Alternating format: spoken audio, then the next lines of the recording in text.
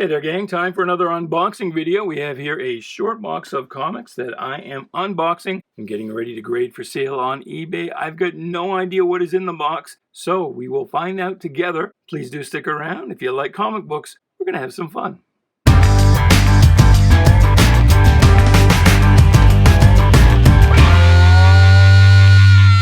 Hey there, Bobby. Welcome to Shanghai. My name is Duke, and this is an unboxing video. So we are going to take a look today at some comic books that I am getting ready to grade for sale online on eBay. The seller name is dotcomcomics. And hopefully we're going to have some, well, I say hopefully we're going to have some fun. Of course we're going to have some fun, but hopefully we will see something interesting in here. I have some hope looking at the spines of these books, as you can see here. It looks like maybe we've got some Golden Age books in there, and I see a bell bag.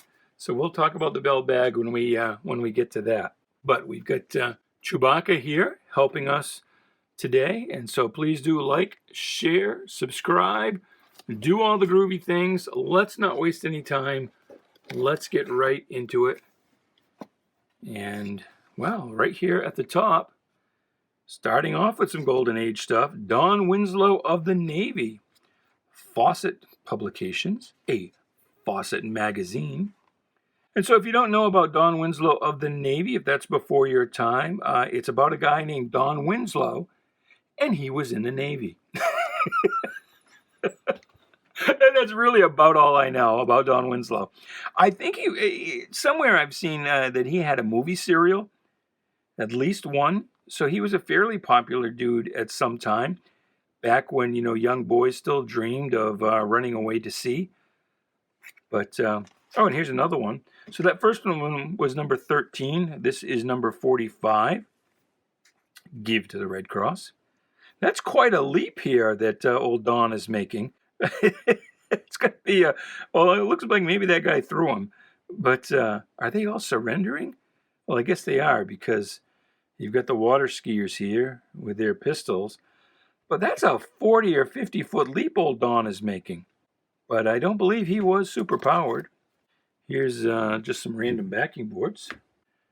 Popular cover of Captain America. This is Copper Age, 40 cents, around 1979 or so. We've seen this book before in past unboxing, and I always joke about it because that looks like a very uncomfortable pose for Cap. And Thor, we've got some Thor books here. That's kind of brown, that cover. But, the Marvel books, and I won't call out each of these issues. I will trust you to... Oh, wow, look at this one. This has... Is it... Well, I don't think it's this particular issue, but something was sitting on top of this book, and whatever writing was on the back transferred through. You can see all the lettering here. So that is from something sitting on here, and rather moisture or humidity, the ink transferred. Huh. That's crazy. That'll affect the price, I'm sure. But it'll certainly affect the grade. But anyway, I won't call out most of these issues. I will trust you to see what we're looking at here. But I do notice that Marvel's, more than DC's, the Silver Age Marvels, the paper quality tends to be lower. The covers are brown, the inside pages are brown, more often and to a greater degree than commensurately published, there's a mouthful, DC comics. And I don't know if that's just the storage conditions of the particular collections that we're buying, or if it's a function of the relative paper quality in DC versus Marvel books. Here's one we've moved up to the 15-cent era, and this one's got some nice cover gloss still. Decent looking book. Here's Baldur and Sif. Going a little nutso on Thor, 179. Here's a 183, Doctor Doom. Here's an ugly looking troll.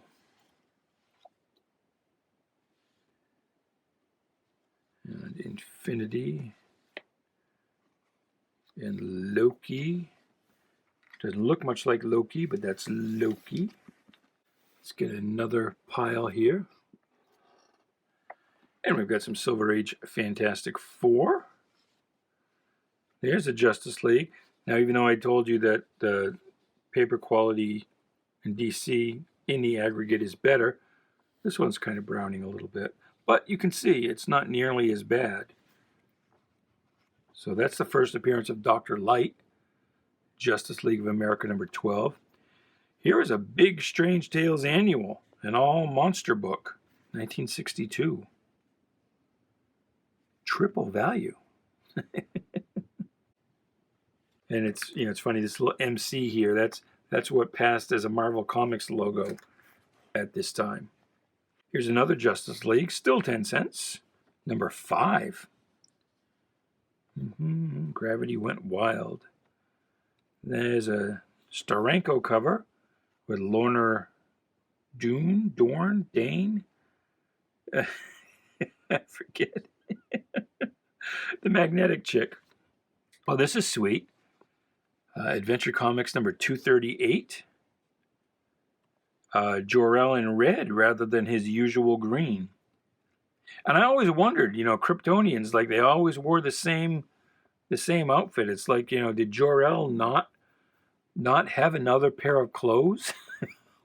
Or did he have, 7 different copies of that same suit that he wore each day of the week? The bow that girl is wearing is kind of crazy. It's funny my eye would be drawn to that. But Superboy is being adopted, Adventure Comics 281. This is an interesting issue. So this is 304 Adventure Comics, and it's got a Legion story in the backup pretty early in the Adventure run, and this is actually the issue where Lightning Lad dies. So if you're a Legion fan, a Legion collector, that's kind of a big deal. Of course, he would get better, but that was an early subplot in the Legion, several issues after this, trying to find ways to bring him back to life. And Saturn Girl in this issue goes absolutely full dictator.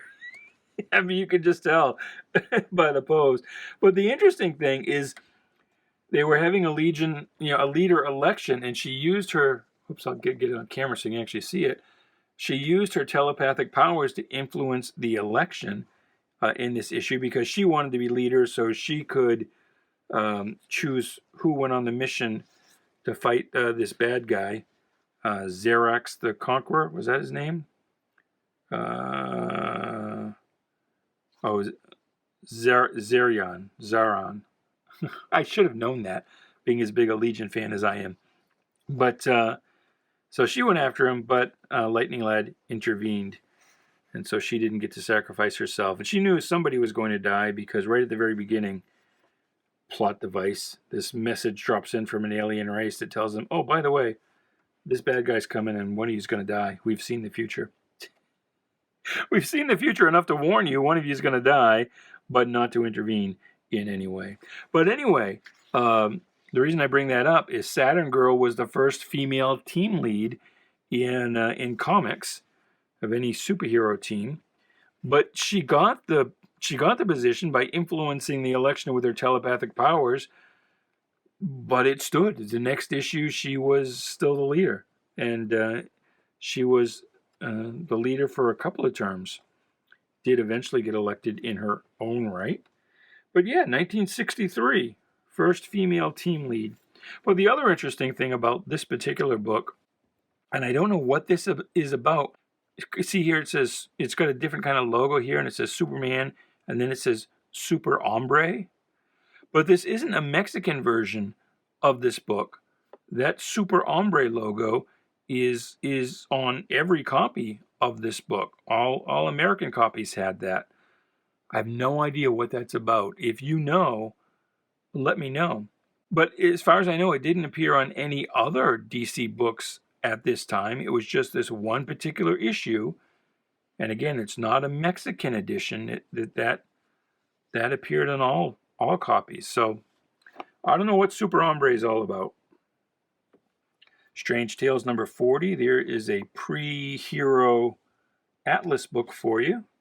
Some nice artwork there on the cover.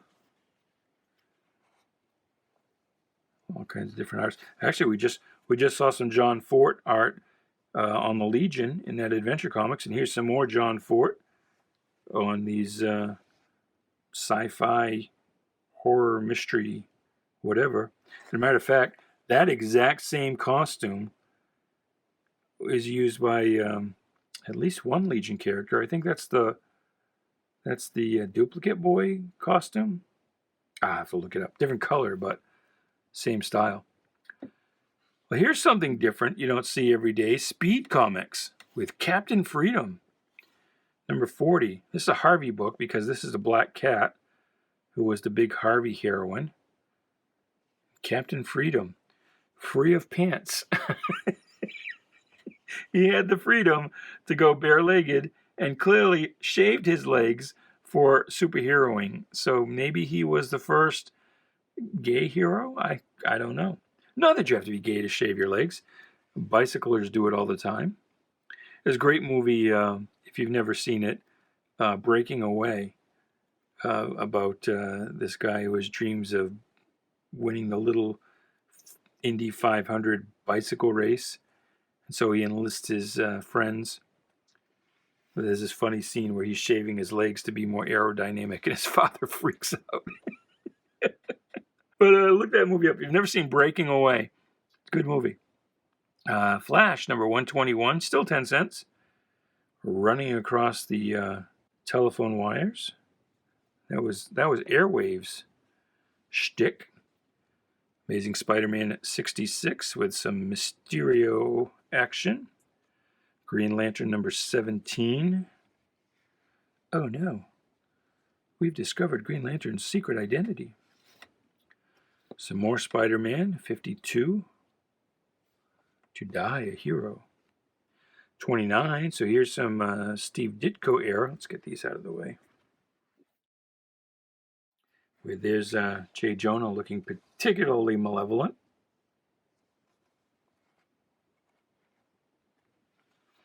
X-Men 33. Floating heads. There are people who actually collect floating head covers. Which I say actually like that's a weird thing to do, but I mean, some people think collecting the Legion is weird. So one of my bosses, the two guys that own the company I work for, one of them, you've seen him on the unboxing videos on the Sell My Comic Books YouTube channel, Tall Sean.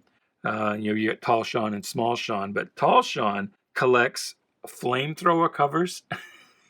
And he used to collect 1950s era Archie comics, and he took this 180-degree polar swing from wholesome Americana Archie covers to covers where people get burned alive. But his big thing now is flamethrower covers. Old war comics where somebody's employing a flamethrower on the cover. Cobalt Man, X-Men 31. And we'll get some more just random backing boards. Let us grab another stat. And New Mutants Annual number 2, first U.S. appearance of Psylocke. Here's the initial Punisher limited series with the great Mike Zeck artwork. Here's Miracle Man number 1 from Eclipse.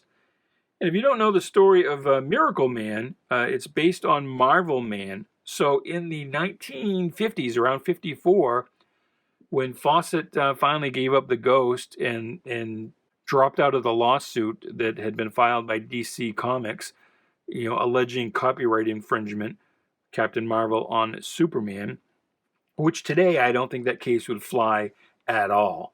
But the characters are so different. But back then, the whole superhero concept was relatively new, and you could argue that the boy who turned into a man with the saying of a magic word, because he had a costume and a cape and could fly, that he was an infringement on Superman, the strange alien from another world.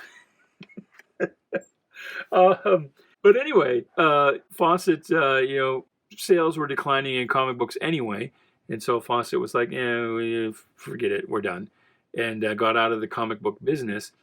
But the company in the United Kingdom that was reprinting those Fawcett Captain Marvel comics didn't want to stop. And so they continued with a character that they called Marvel Man. and you had Marvel Man Jr., just like Captain Marvel Jr., and so that went on for several years. And so Miracle Man is based on Marvel Man. It's basically a revival of that Marvel Man character, who was, again, just a continuation of Captain Marvel under a different name. So here's Wolverine #1, the ongoing series. X Factor 24, the first Archangel. Tales of the Teen Titans 44, first Dick Grayson as Nightwing. Avengers West Coast. I bet you this is something we pulled out of the dollar box since WandaVision. And a lot of the Avengers West Coast books have taken off. Here's some Archie. Speaking of Archie, everything's Archie #1. Wow. Scooby-Doo, everything's brand new. And you're like, why is it mentioning Scooby-Doo? All right, here's another long and pointless tangent for you. You have probably heard that the character of Scooby-Doo got the name from the Frank Sinatra song. Was it "Strangers in the Night"? I forget which song it is, where he has this refrain at the end where he goes, "Scooby-Dooby-Doo." I apologize for my singing ability, but I think that's largely apocryphal, like something they invented afterward, something that would be close to the real truth, close enough to be plausible, but that would distract from the real truth, because the Archies had a song. And of course, there was an Archie's cartoon, and Sugar Sugar, you've heard that song. They released actual songs, and there was a song called Scooby-Doo, and it was spelt with a K, and it was actually it was like SHIELD. What's the acronym? It had a dot after every letter, like it was supposed to be some kind of acronym. And I don't know, maybe if I can figure out how I can capture the song and play a little bit of it for you.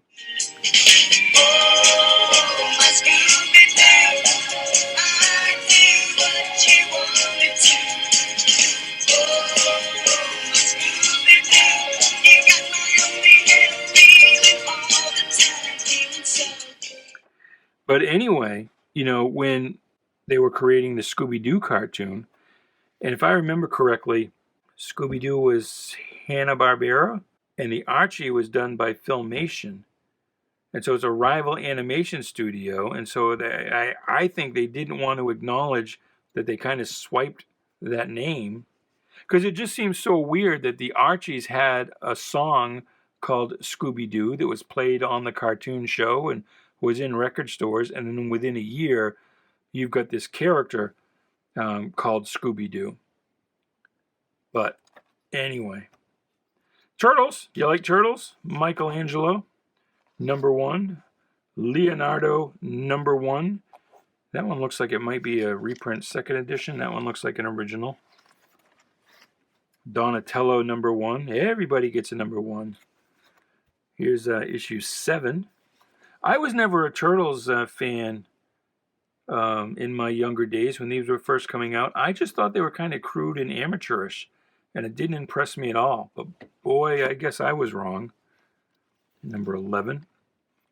That's got the feel of a 2nd edition. Maybe it's not. I don't know my Turtles well enough. I have to book 2.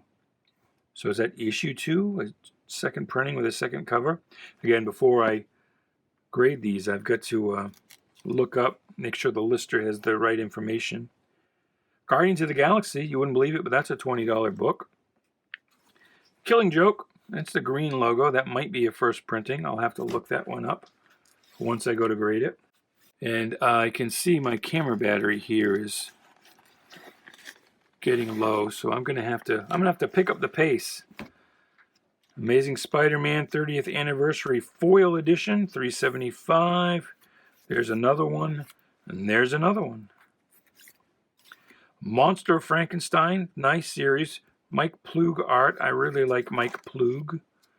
This one's got a little price label on it. Price $8. D&M's Comics. I wonder where D&M's Comics was from. So that's number 4. It's another D&M comic. Number 5. Number 3. Now we're mixing it over. Hey, look, Chewie, Star Wars. Let's see if we've got more Star Wars in here. I think we do, because I could see that one underneath. Star Wars was a hard thing to give away, and they're starting to come back a little bit, especially these Marvel ones. I don't know if we're going to get it. Oh, yeah, there you are, Chewie, right there. See? That's you.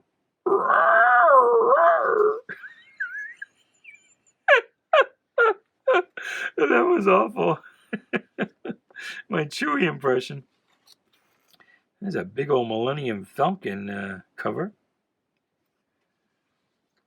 Number 81, nice painted cover. And 2 copies. This one's got a little bend here. There you are again, Chewie.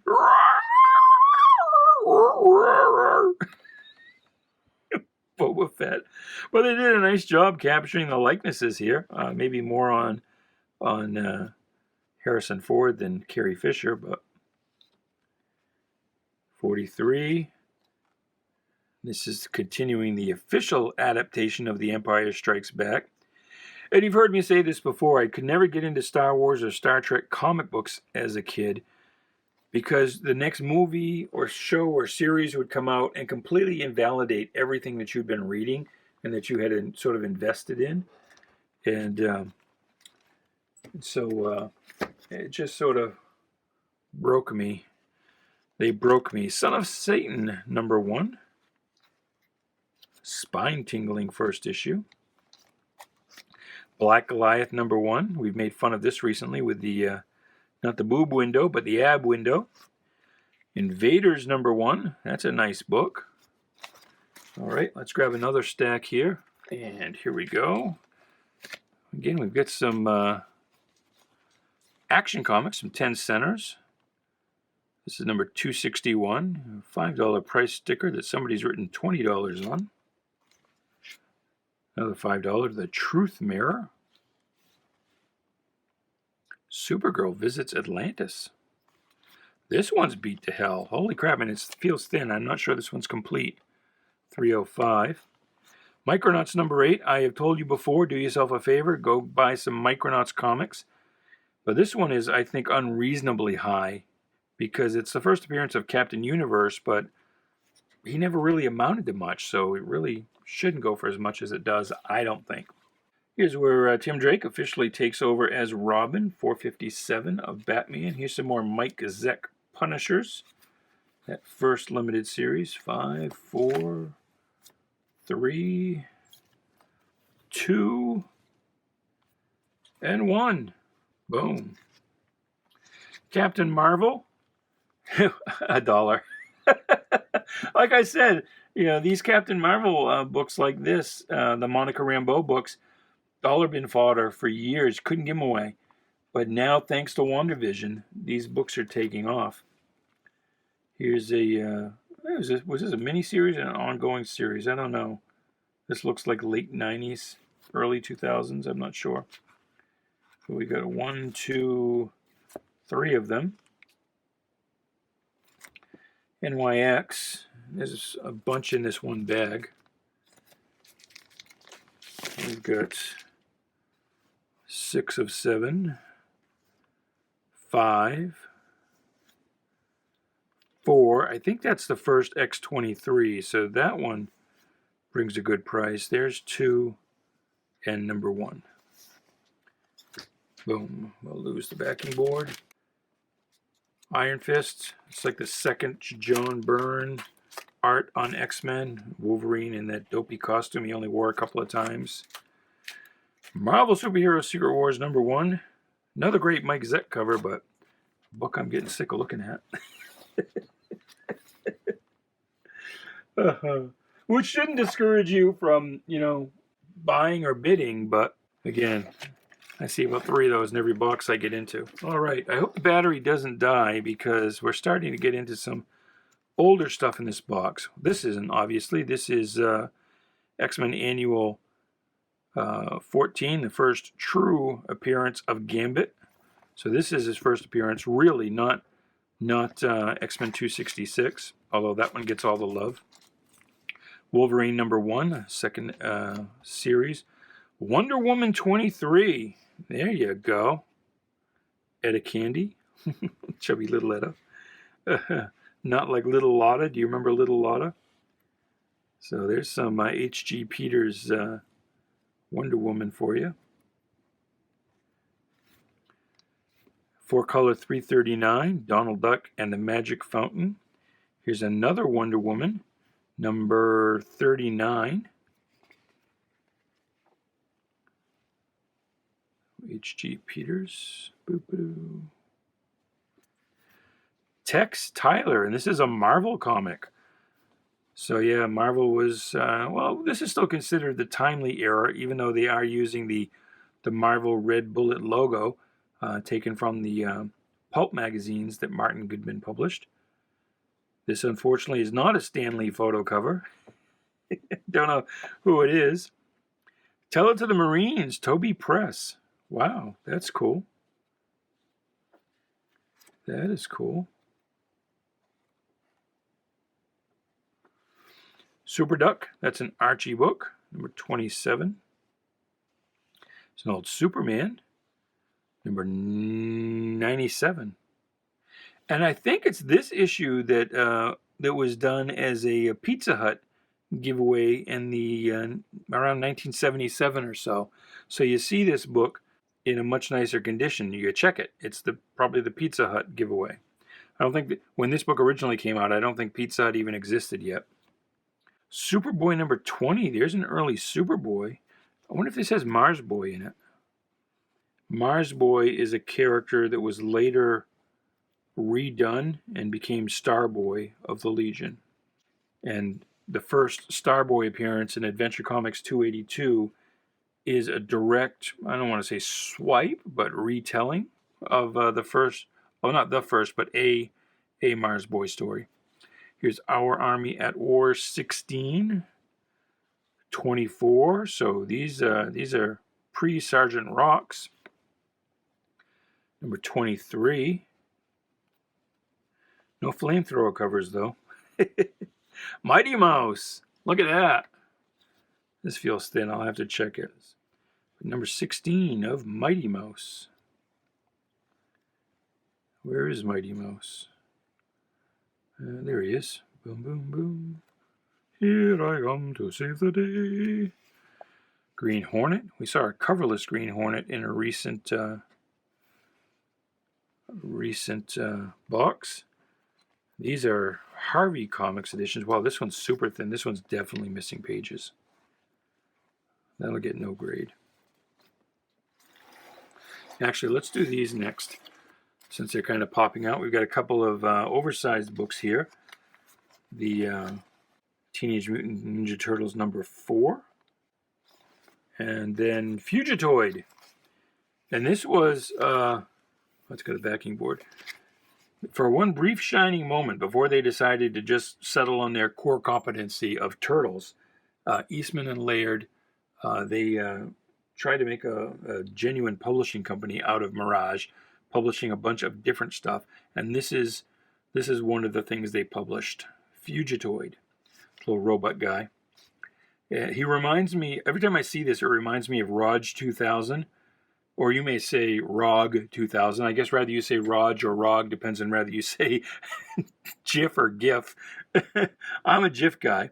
But it reminds me of that. ROG 2000 was a Charlton book that, or was it just a backup story? Or was it an actual title? I can't remember. But it was by John Byrne. Very early work by John Byrne. And he was one of these, little diminutive robot guys. And actually, both of them remind me of Twiggy. And if you don't know who Twiggy is, you're not Gen X and you can't be my friend. Okay, Buck. All right. Let's keep on trucking. Keep on trucking. Gangbusters 32. We saw number 1 recently. That's based on a radio show. Battlefront, that is a Marvel Atlas War book. The Adventures of Bob Hope, number 15. Wow. That's cool. There's some Bob Hope. There you go. Bob Hope was certainly very easily caricaturable, assuming caricaturable is a word, but I think you knew what I meant. All-American Men of War, number 9. Wow. Black Hawk, 87. So this is Quality Comics. What issue was it? 109, I think? 108 was the first DC issue. This is one of 4 books that when DC bought out Quality, that they continued to publish. It was Black Hawk, GI Combat, Secret Hearts, and Robin Hood. Marvel Atlas, Battlefront, number 24. It's another Quality era Black Hawk, number 69. More Black Hawk, number 60. Boy Comics. No Girls Allowed. These comics are for boys. 39. Charles Biro. And the guy here was this boy crime fighter. You can see here, kind of a homemade costume with gym shorts and sneakers. And he was Crime Buster. An early adventure comics, number 127. Let's take a look and see if this has any Frank Frazetta. In this era, there's Johnny Quick. In this era, Frank Frazetta did a lot of the Shining Knight stories, but that's obviously not Frazetta. And we also have, oh, Superboy's not the lead, he's in the middle here. Who's got the lead this time out? Aquaman and Green Arrow. Boom. Action Comics, 210. Fairly early issue. Welcome to Superman Land. Two Gun Kid, a Marvel comic. Very early Two Gun Kid, number 10. Shadow Comics. Who knows what fear lurks in the hearts of men? Shadow knows. Shadow doesn't use issue numbers, use volume numbers. He knows what fear lurks in the hearts of collectors having to deal with volume numbers. First read Sonya, not Sonja, Sonya. I always said Sonja as a kid. I didn't know any better. Eternals number 2, Eternals number 5, Eternals number 9, and Moon Knight number 1. That's a big seller. Ms. Marvel number 1. She's got an ab window too. No boob window, but an ab window. New Gods number 1, and this has got the Bell bag. So, Robert Bell was an early comic book retailer. He opened, it was a bookstore in like 1961 in Queens, New York. He was like 18 years old. And he had some comic books, and over time, comic books became more and more of his business. And by 1968, he closed the shop, and he dealt exclusively in mail orders. He was one of the first mail order back issue sellers, and you saw throughout the 70s, you saw his ads in Marvel and DC Comics with the little Thor-looking guy with the BB, which I assume is Bob Bell, maybe. But he was one of the first to develop comic book bags. And before that, I mean, comic books were just, free and loose. Just skip and go naked, wild in nature. But dealers needed something to put a price tag on. So it wasn't really about preservation at that point. It was just to have something to put a price tag on so you weren't writing on the actual book. And it's before bags came along. The early conventions, you would actually have, they would have their books on the table with a sheet of plastic over the top to prevent, grubby fingers or theft. So anyway, he printed up his own line of bags, and this is a Series 2 bag. I call them Series 2, but the first bags had a sans serif font. The later bags had a serif font, and so he sold bags as well as books. And so he was one of the first people who manufactured and sold comic book bags. So really kind of an innovator. And I think it was, I'm not sure at what point, he sold out his inventory and retired to Florida. And I think he's still alive. I saw an article with an interview with him in 2017.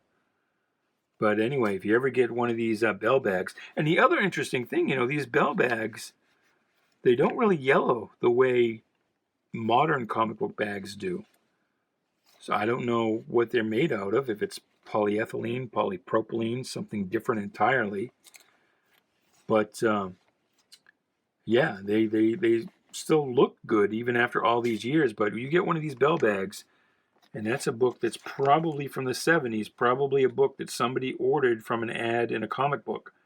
They answered the ad to get right away and get his catalog, and he would send out a catalog, and so yeah, that's interesting. So anyway, the bell bags are just a little bit of nostalgia for me. It doesn't probably mean anything to you. Much like this entire video. I'm having fun. Marvel Spotlight, number 28, first solo Moon Knight, which I think is probably only his fourth appearance. Here, stuffed into the box, we've got a Spectacular Spider-Man number 2, and that is the magazine Spider-Man. During the 70s, Marvel tried to make a play for the magazine market. Didn't really go that well. All right, we're getting down to the end of the box here.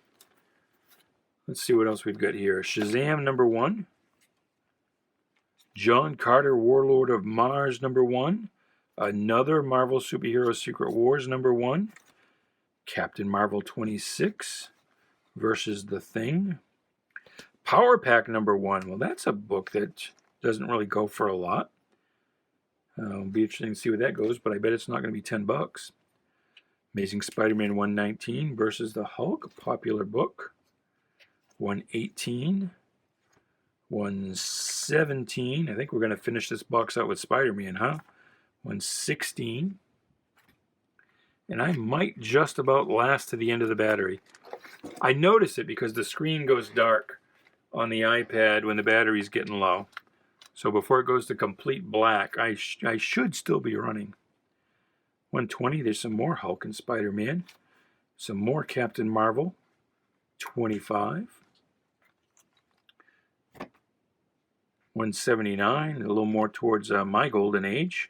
This would be about 77, 78 or so. 266, X-Men First Jubilee. So I lied. We're getting some stuff other than Spider-Man. Superman 205, a 12th center. Number 206. The Superman bondage cover. Here's a familiar trope. Clark Kent arguing with Superman, either fighting or arguing or walking away from. Clark Kent's phony death. Fishing his jacket out of the... long after reporters stopped wearing hats or having press cards. 211. 213. Teen Titans. Da-na-na-na, you know who to call. Teen Titans. From their tower, they can see it all. Teen Titans.